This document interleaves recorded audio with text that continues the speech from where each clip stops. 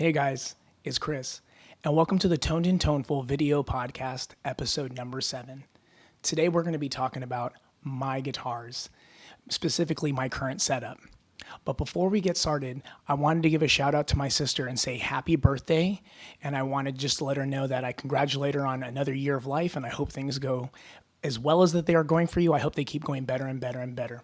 I love you, Nicole. Anyway, I wanted to let you guys know that first off, I am so thankful for all the support that I've been getting from you guys. And again, the comments, people are just chiming in. I've been trying to ask more questions on what you guys think we should want in the show, and I've been getting some different answers, so I'm definitely going to include those. I hope you guys enjoyed the new title that kind of came in there. It added a little bit of variety, I felt like, so it was something that was kind of fun to do. And today I was lucky enough, last time I was adding a section to the video where, I had some friends that were showing kind of some of the current things they were doing. I decided to add on to that a little bit and add a little more variety before I start my subjects on the day. So what I did was I was fortunate enough to surprise my friend Ben with a surprise interview and a little bit of some keto brownies. We went out to Voltaire Coffee and we were sitting down checking out some stuff for, some music video ideas for him. But also I wanted to ask him a few questions on, his opinion of guitars and things like that before I went into my collection with you guys. So here's the interview with Ben, and I really, really hope you guys enjoy Voltaire Coffee. It was a nice spot. So I'll show you guys a little bit of the scenery. All right, guys, we were getting shredded. Made some keto chewy fudge. Gonna make Ben try some. All right, here you go. Let's cut him a slice.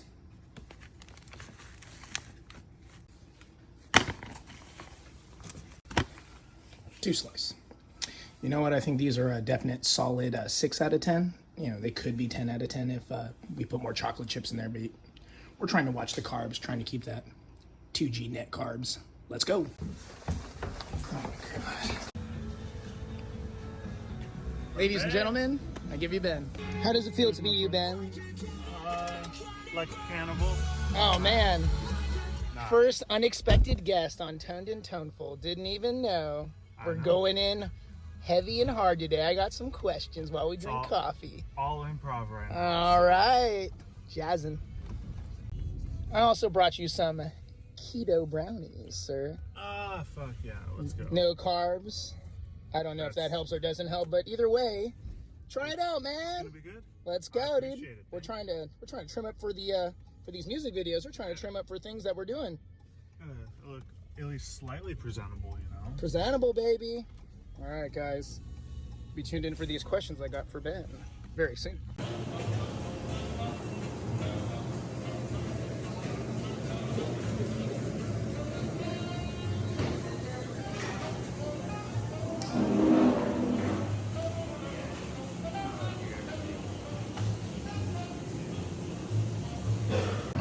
Hey guys, we're here at Voltaire Coffee in San Jose.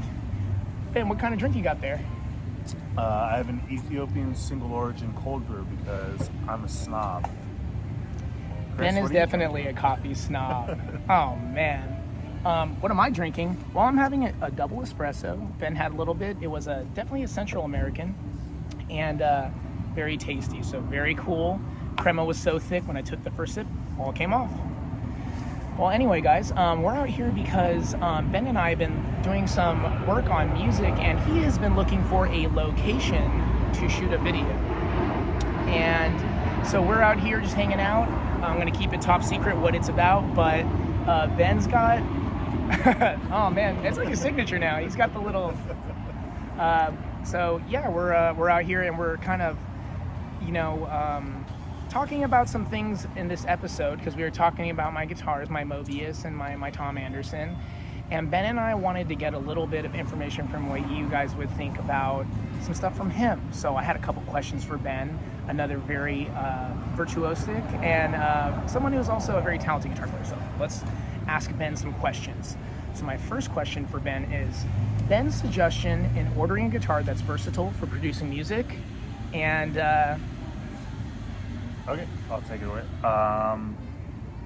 Yeah, so especially if you're someone who, like me, is working on a lot of genres, basically between like metalcore to jazz to, prog to, you need something that is going to be able to allow you to speak freely in all those different mediums. As much as I would love to have, like, because I was on the verge of ordering an 8-string Mobius, just because the prototype for the Genova that I played was mind-blowingly good. It actually made me feel inspired to write things in 8-string tunings, but the more I thought about it, I was like, but that's going to be like 5% of what I play. You know, the other 95%, I would need a different guitar for that, because, you know, most of the things that I do just aren't going to be comfortable playing on an 8-string, that it's not going to be utilized as much as it should. So, you know, I put a lot of thought into that, and just going with the standard 6-string that is something that's so wide-ranging with how Chris and I designed it for the things that I can play is going to be really ideal, because it just allows a lot more creative freedom, in my opinion. Most definitely. Chris is the owner and builder at Mobius Guitars again, so I'd like to think it was me building Mobius. No, I'm just kidding. I'm playing. Actually, Chris is incredible, and I would love to have him on one of the episodes one of these days. But right now, so you're saying that you think a 6-string is, like, you know, kind of ideal for like someone to have as like something that's a good guitar to, you know, have when they're recording, you know, music. Yeah. What do you feel that, like, you can just down tune it and do any weird tunings that you need to do? Like, you feel like you can handle most things from a 6-string without having to have the 7-string or 8-string?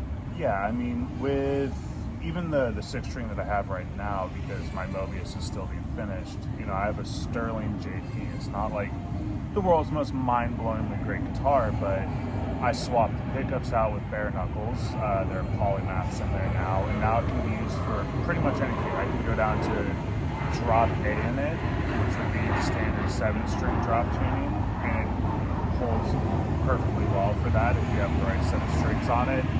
The intonation still works out pretty nicely. It doesn't need to be an extended scale length or baritone or anything for that. So you get a huge range of options. Nice fresh Ethiopian food. Thank you so much. Again, look at the service here at Voltaire Coffee. This Appreciate is insane. Thank you. Brought out, I got an Ethiopian as well. See, Ben's an iced coffee guy. See, Ben gets hot. When he records videos, he's like, turn the fan on. And I'm the dude who's wearing a sweater and it's like 81 degrees out here. I don't know what is on my mind. Thing. All right. Cheers, Chris. Cheers, man. It was Voltaire, our first time, both of us coming out here, both hyped up. Well, that's, you know, so you were talking a little bit about your Sterling, and you're saying, you know, it's like the guitar that you primarily play and you play a lot. But I've noticed a lot recently in your comments, it seems like in the original kind of pieces, he has something called, what is it? The nonsense. What is it called? Oh, stupid fucking nonsense. Stupid fucking nonsense. What a naughty mouth. I'm just playing around. And so he has like a little series of videos, and I recommend you go to Real King Benji's page, and I'm going to, again, I'll put that down here so then you guys can go there. But I would say head over to his Instagram and check out some of those riffs that he's playing.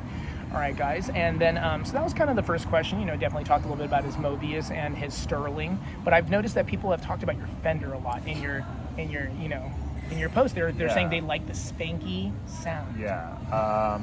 Yeah, actually, I used to absolutely hate Strats, and like that super clean, twingy, spanky Strat sound was something that like I was really against. I played Les Pauls for a long time, and it was just, you know, now it's something that, you know, if somebody hands me a Les Paul, I'm like, is this supposed to be for firewood? Like, what's going on here?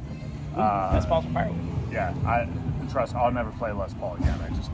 There's so many things wrong with the build of the guitar and how heavy it is that it's not worth it. But now, like, I started playing Strats like 3-ish years ago, and now I love that tone. And I played a Strat for like basically 2.5 years until I replaced the pickups in the JP. The Strat was my main guitar because I put bare knuckles in it also.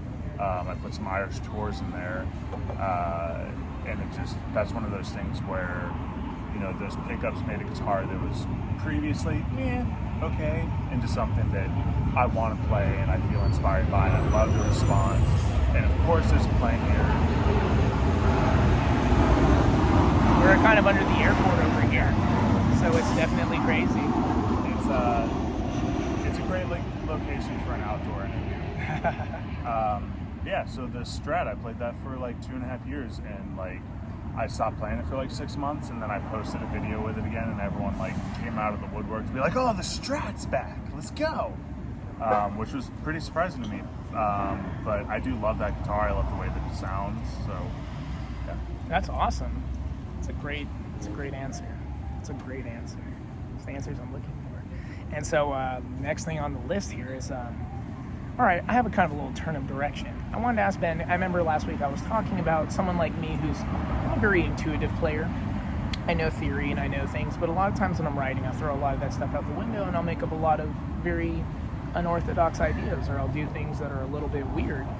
And so I wanted to talk to Ben about what it's like producing someone's music like mine. We've been working on my single Celestial Promise, and I wanted to ask him a couple of questions of maybe suggestions for guitar players who are very guitar player oriented, but are still working on filling out their music so that they can have a whole song. Like, what are some suggestions that you would give to guitar players who do things like you know, who are constantly shredding, but maybe need to start working on, you know, outside just shredding? I think one of the most important things to do is get yourself a DAW, because you can sit at home and you can play, you know, the headiest scales and string skipping arpeggios and everything else in the world, and then when it comes down to apply that knowledge to how do I create a song that somebody actually wants to hear, and it has all the elements to like make this feel like something that was written and crafted, rather than here are a bunch of riffs that a guitarist had and then they just put a drum loop behind it. You know, for me, there's a huge difference between those approaches, and the songs that you can tell people crafted and people who took the time to put their instrument down and sit down at, you know, a DAW, which is a digital audio workstation if you haven't ever used one.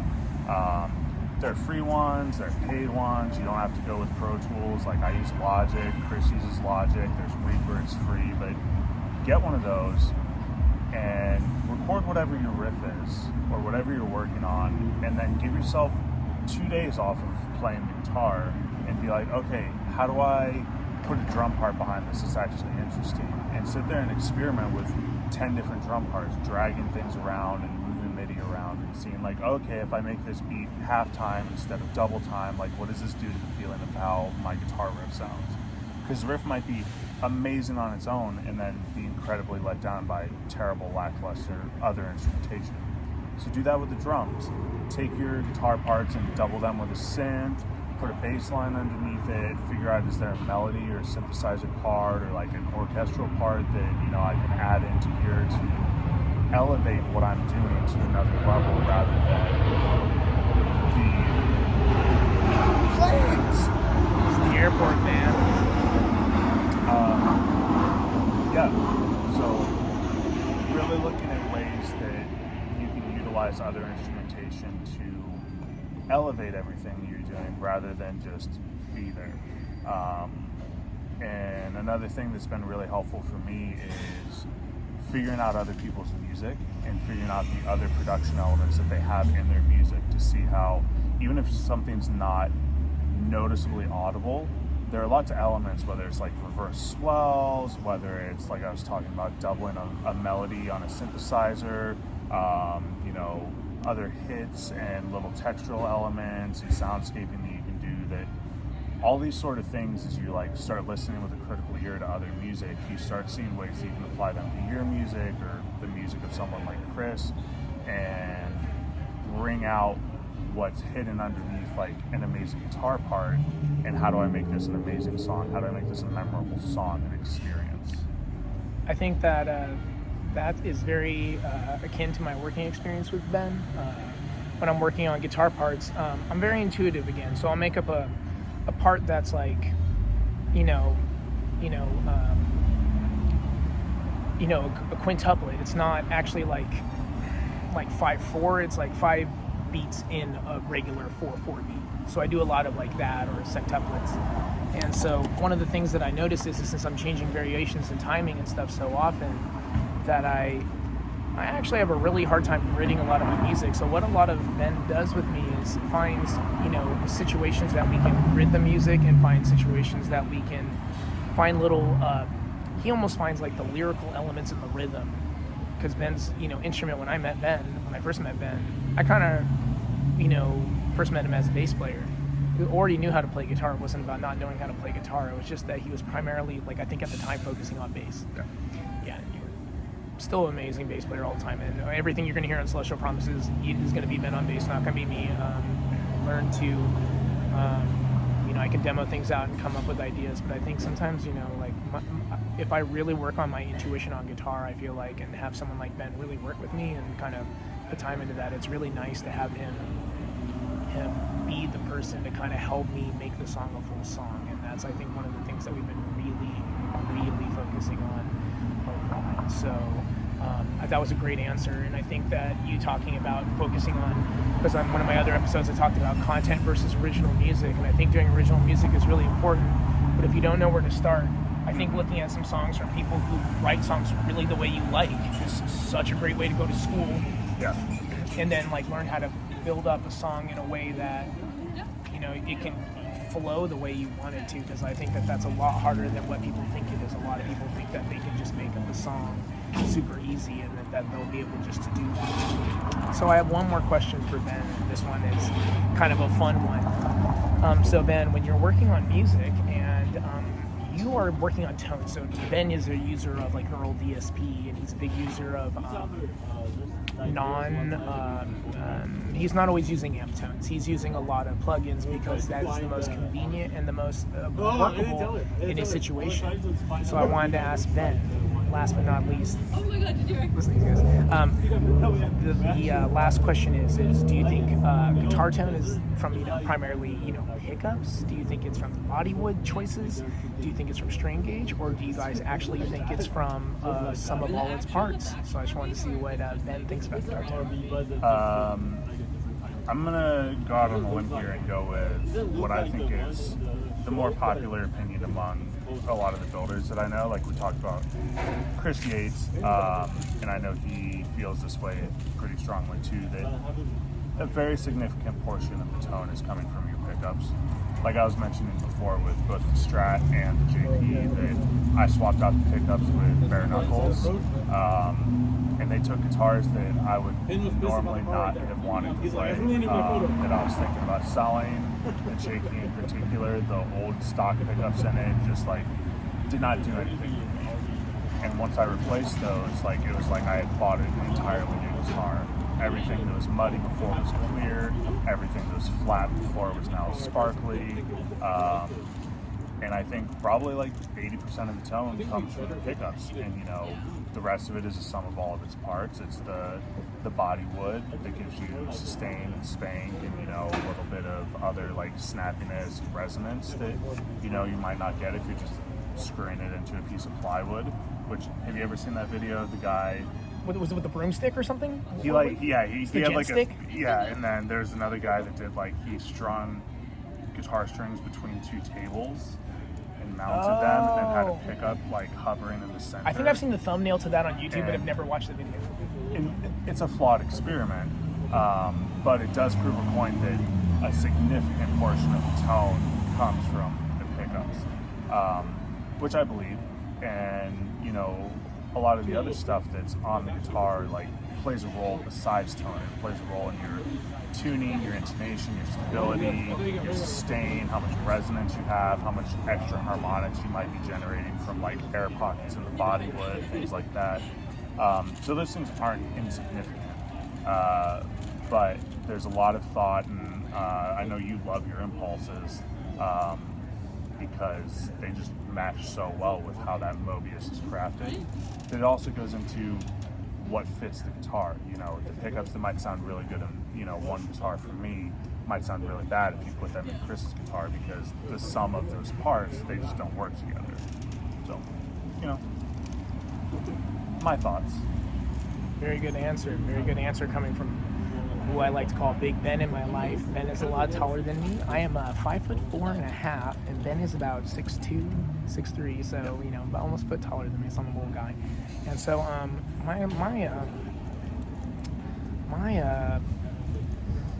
thing to it, and I agree completely with a lot of that answer in the sense of pickups are such an important part.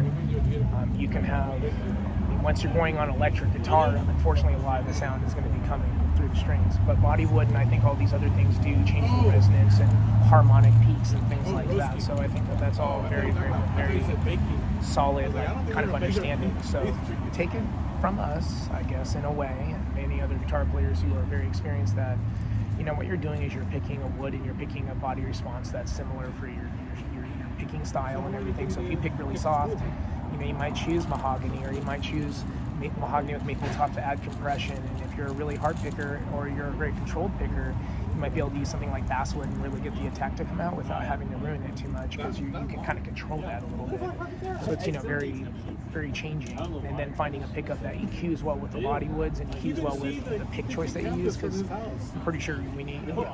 I'm gonna do it on this channel. We're gonna do it. We're gonna do an episode that's on like different picks and the sounds and what the right pick thickness is for the right string size. But we'll talk more about that a little bit later. But I just want to thank Ben for taking 15 to 17 minutes and 35 seconds out of his time and answering some questions here at Voltaire Coffee while we get very hyper about guitar and what he thinks are some good suggestions for guitar players who are struggling to write full songs but doing great on playing guitar.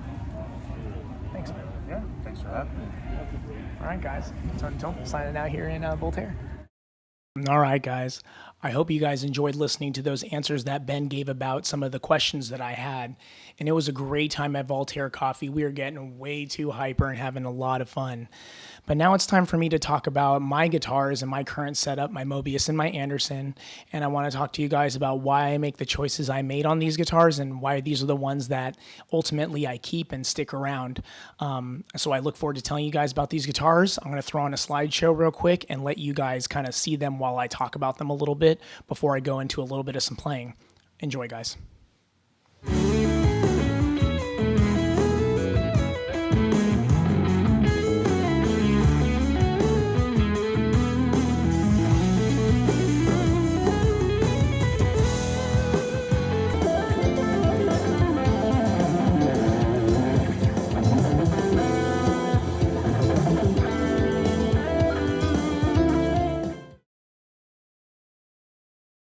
All right, guys, that was me testing out the original Cetra prototype built by this gentleman right here, Mr. Chris Yates. Look at him, so young. Both of us looking very much like young lads. This is at the 2014 NAMM show. I believe we're at the Mayonnaise booth. And you can see Chris there holding the Duvel Elite, and you can definitely tell he looks stoked. He's loving it right now. This is back when Chris was just first really starting to start up Axe Hacks. And I think he was just really inspired. He was at his first NAMM, and he was just going around and meeting everyone he could. And he came by to say hi to me, and I thought that was so awesome. So I just threw this picture in here because I just wanted to say that Chris and I go way, way back. So Axe Hacks, Chris kept modding guitars and, eventually turned into Mobius guitars. And as you can see here, the guitar I'm holding in my hands is the Cetra you saw me playing earlier, the one that you saw me playing in the earlier part of that section. And you can see that Chris is holding a Genova. And yes, these are both references to the Final Fantasy series. So this is just a very cool, Chris is just a very creative person. And, Final Fantasy was so important to me as a teenager. So I think it's kind of neat that he snuck that in there, I think, for his, guitar names. Both the guitars are incredible. And as you can see, they're completely 100% hand-built. The one I'm holding is an ash one, and the one that he's holding has got like a killer flame maple top. This is kind of where, Chris and I kind of began marinating on the idea of the guitar because I'm playing it, and I'm just so impressed with it. I'm playing it over tracks on my computer that I have back there. Later on, it ended up being a situation where, I worked on a video with Mobius and Chris, and of course, my brother Ben was there, and Ben did the 8-string demo Genova, and I did the 6-string Cetra. I kind of both did our own thing on that, and it was really fun. This photo right here is from when I went to go visit the factory for Mobius, and Chris had finally built a true workshop that really worked for him, and it felt so good to see him be able to enjoy that because for a lot of the time that Chris had been working on his guitars, he had always been, kind of been working with tight space and been making very much the best of it. So it's really good to see him enjoying, this big amount of room at the time. This was kind of near the Oakland area, and he was showing us some body blanks that he had just cut. He's no longer there anymore. He's in Idaho, so it's a little bit, he's further away now, which is unfortunate. But at the time, one of the coolest things is when the guitar was finished, Ben and I were able to drive up there together and just go snag it. And nothing's cooler than being able to go meet your builder like that. And here she is, the first picture of, the first, time I saw the guitar. I took a picture real fast, but that's the first time I saw it. And the blue, the denim blue came out perfect. I had asked for a denim blue. The custom cutaway also came out really nice. It was something Chris and I had been working on. And you can just see the cutaways from here already. Like, this guitar is going to be very ergonomic and very comfortable. And I think that was one of the things that Chris and I were very, very aware of when we were building this guitar. And I think when Chris had prototyped it, he had asked me to try a couple of, different things and asked Sean and a lot of close friends. And you can see the curves in the bottom there. Chris really designed an instrument that is a blend of, a classic look. Chris loves tone woods and he loves guitars and, like classic guitars, like vintage guitars, like Tellys and things like that. But then on the other hand, Chris is kind of the kind of guy who wants everything to be updated and wants everything to be as useful as it can be. He doesn't want something to be something that functions poorly. So Chris is always going to be the kind of guy who takes a moment to be very, very, very good about his choices in the wood and his choices in everything he did. And in picking this guitar, he helped me find the right woods. And, it's like, he didn't just go for mahogany. He chose sapele because sapele is a little brighter, a little more clear. And at the same time, like, the quilted maple top had so much variation. And coming from someone like me who had like Parkers and PRS and other high-end guitars like Mayones, and other Tom Andersons and stuff, he knew I would want like a top that was just so representative of that. And you can see Chris just smiling, handing that guitar over. He's such a great guy. Here it is, guys. The Mobius Cetra Thin Line. This guitar is absolutely gorgeous, so I'm just going to take the features from the top. It's got the locking tuners. It's got a ebony veneer top with a matching denim blue logo on the top. That's amazing. It's got stainless steel frets on it. This is a 22 fret guitar. I chose 22 frets because I wanted the neck pickup to be in a good location where I could enjoy that, that harmonic tone, and I can enjoy the thickness of the neck pickup tone. Considering that this guitar is a semi-hollow, I wanted it to be versatile for not only playing rock guitar, but also doing things for probably other stuff like jazz and, things like that as I grow more and more as a musician and things that I was working towards. What's really cool about this guitar is it's still got a trem on it. It's got a Wilkins trem, and the one that's on here is really, really nice. Chris suggested it to me. And of course, let's not forget the impressive bare knuckle impulse pickups. I just want to say thank you, Tim. The pickups are great. Your designs are always awesome. These are not the Blackhawks again. These are the impulse. I never would have known that the impulse would have been my cup of tea, but Chris, he got me on them. And from the back over here, we got the, you can see the locking tuners from the back now. And you can see around the first fret, we've got a scarf joint. And that scarf joint, enhances the strength of the neck from what Chris has told me. And we have also a glue together neck that's like a couple different woods together that help kind of balance the tone. So on my neck, I've got wenge, maple, and I've also got mahogany on my neck. And as you can see, this sapele from the back is just looking absolutely gorgeous. The body wood with it's just so ribboned. And another thing to take note of is that really cool 4-bolt joint. It just looks really, really awesome. And one of the other great things that I enjoy about this guitar is just the fret access that I get because of that great joint. Another thing you'll notice about this guitar too is you'll notice that it has a nice brass block in there. I'm so glad Chris put this in there. It might make the guitar a bit heavier, but one of the things I noticed is The guitar sounds like it's a solid body. But yeah, from looking at this guitar, a lot of people would probably think, oh, it's a featherweight. But this guitar definitely weighs a little bit more, closer to the 8-pound side. Kind of like an old, like a Epiphone Casino or something, just those old hollow bodies you think are light, but they weigh a little more than you think they do. I wanted to trim on the guitar, so I don't mind that it weighs a little bit more. That trim makes it very versatile. I like it a lot. Check out those impulses. Another thing that I wanted to really get into on the guitar is the cutaways. I was fortunate enough to, see a prototype with some cutaways in it that Chris had at his wedding. And Sean Ash and I were there together, and we were able to play the guitar. And one of the really cool things about playing a guitar that has the setup that you need so that you can enjoy is the body shape. For me, I'm not like the biggest person, so if the guitar is really, really hard to hold, it can be tough. And from this angle here, you can see how the cutaway, you can fit it into your lower leg hip area, and then the front cut goes into kind of more on the inner thigh towards where the knee is. So this is a really cool guitar, and for someone like me who's, I've been injured so many times, we can go through the list of injuries, but the real important thing is it makes guitar playing so comfortable. So it's something that I really, really enjoyed.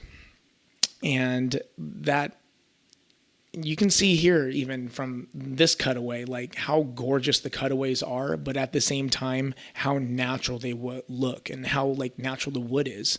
You can even see here that the guitar has got an oil finish because Chris is very, very, very adamant about tone woods. Again, he's one of those people who lives in a very special in-between world. He wants it to be a meld of what's vintage and what's new. And speaking of new, check out these lumen lays right here. So he's got some lumen lays on here with the stainless steel frets. And, I really feel like Chris has built a forever guitar for me. This guitar is really, really, really going to last. And, the features that he put in there, all the way from the double strap pegs being at the bottom so you can stand it against the wall or have different strap positions, all the way to what I wanted to show right here kind of in detail. First off, the really cool double jack. So he's got 2 jacks in here, and it might be redundant. It might weigh a little bit more, but can you imagine you're on tour and you break one and then you don't have another one? That is not ideal at all. So that is another thing that, I really, really enjoy about this guitar is that it's set up to be a workhorse, and it is set up that if something goes wrong and Chris couldn't get to you immediately, now he lives further away, if something goes on, I can have him work on the guitar a little bit later. This is definitely a guitar I'd want only him to work on. Another cool little feature back here is that Chris drops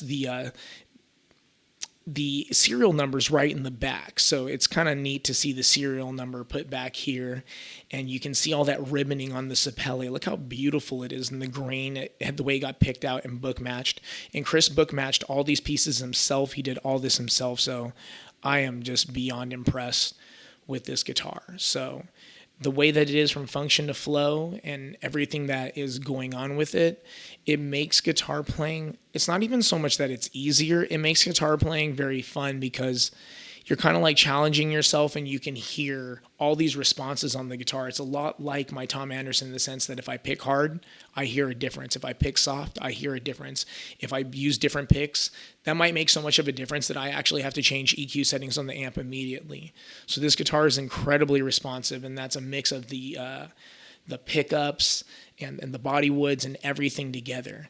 And I'm really excited to show you guys that. I just wanted to show you the body here real quick and say I'm about to play a little bit for you guys. So please be kind. My hand's still healing up. I'm still working on myself, but I wanted to show you guys some of the sounds that I was able to get with this guitar, and I really, really, really hope you guys enjoy and get to watch these, enjoy these sounds. All right, here we go. Mobius, lead tone.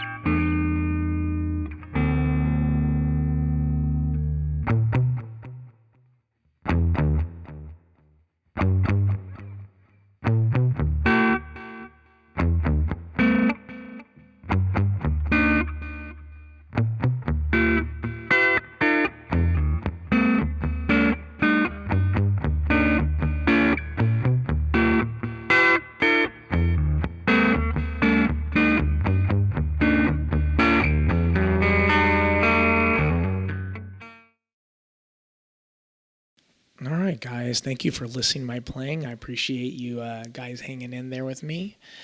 First off, what would I be able to say if I didn't come off with a little story about Tom Anderson? Check out this first really cool picture with everybody in it. Tom Anderson has been in my life since 2015. I started off playing a Cobra guitar, which was actually made out of very similar woods and was also a hollow like my Mobius. It's kind of part of the reason I kind of got that guitar built the way that I did. It was also a 22 fret guitar, but it had a pure rosewood neck. But this is me here playing with Sean at the NAMM show. This is 2019. What a great year. What a great time. Sean and I were really, really having a lot of fun playing these songs off his album Flux. And, you know, one of the things that I really love about Sean is that his endearment of guitar and his love for guitar is beyond craft. It's like spiritual level. And he really taught me that, and he brought that into my life. And this Tom Anderson has been a huge development in my playing. Part of it is because it's a very unforgiving guitar. The way that it plays, the Mobius kind of like sings. The Anderson is very, very like, you got to bring it out of the guitar. And while at the same time that might be tough to some people, that is actually something I very, very much enjoy. I love it when the guitar challenges me in such a way that I actually have to try to bring the sound out of the guitar. So that's one of those things that you'll notice about that guitar kind of right off the bat when a lot of people play it. It's very pillowy and very like plush sounding, but at the same time, like the way the note sustains is the way that you hang on to the note. So it's a very, very unique guitar. As far as specs, you know, I don't want to get too crazy on it because I know that you guys kind of have heard the specs on this guitar a lot, but it's got the locking tuners, the Tom Anderson locking Godot tuners. It's got the Jescar stainless steel extra jumbo frets. This guy's got the set of pickups. It's the HF1, HF2. HF1's the neck, HF2 in the bridge, and then we've got a SC1 in the middle, so it's not too overpowering. No, excuse me, SE2. Excuse me, SE2. So they're a little more powerful than their SE1, so it allows it to blend better with the humbuckers when they're in the position 4 and position 2. This guitar is really gorgeous. It's just got that classic aesthetic. But owning a white guitar like this, you got to be playing some licks. The thing about a white guitar is, like, if you're not able to bust out some Jimmy or bust out some Yingwi, like, you're kind of in trouble, because that's kind of what a white guitar with a white guard, this one's a white pearloid guard, but nevertheless, it kind of represents that. This has got the vintage 2-point bridge on it. I really like this bridge. Never goes out of tune.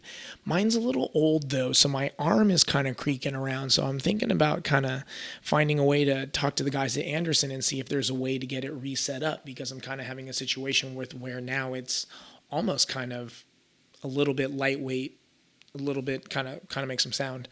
The headstock's absolutely gorgeous. One of my favorite things about Tom Anderson guitars is almost that dove kind of like head finish. Like, the way that the headstock is like everything that I personally kind of wish that Fender was, but that's, again, just a personal opinion.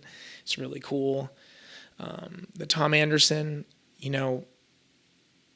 logo right there on the bridge, I've never gotten over that. And because I really, really like it. And what's funny is one of the Tom Andersons I got, funny enough, actually didn't have the logo on it. It was my Cobra.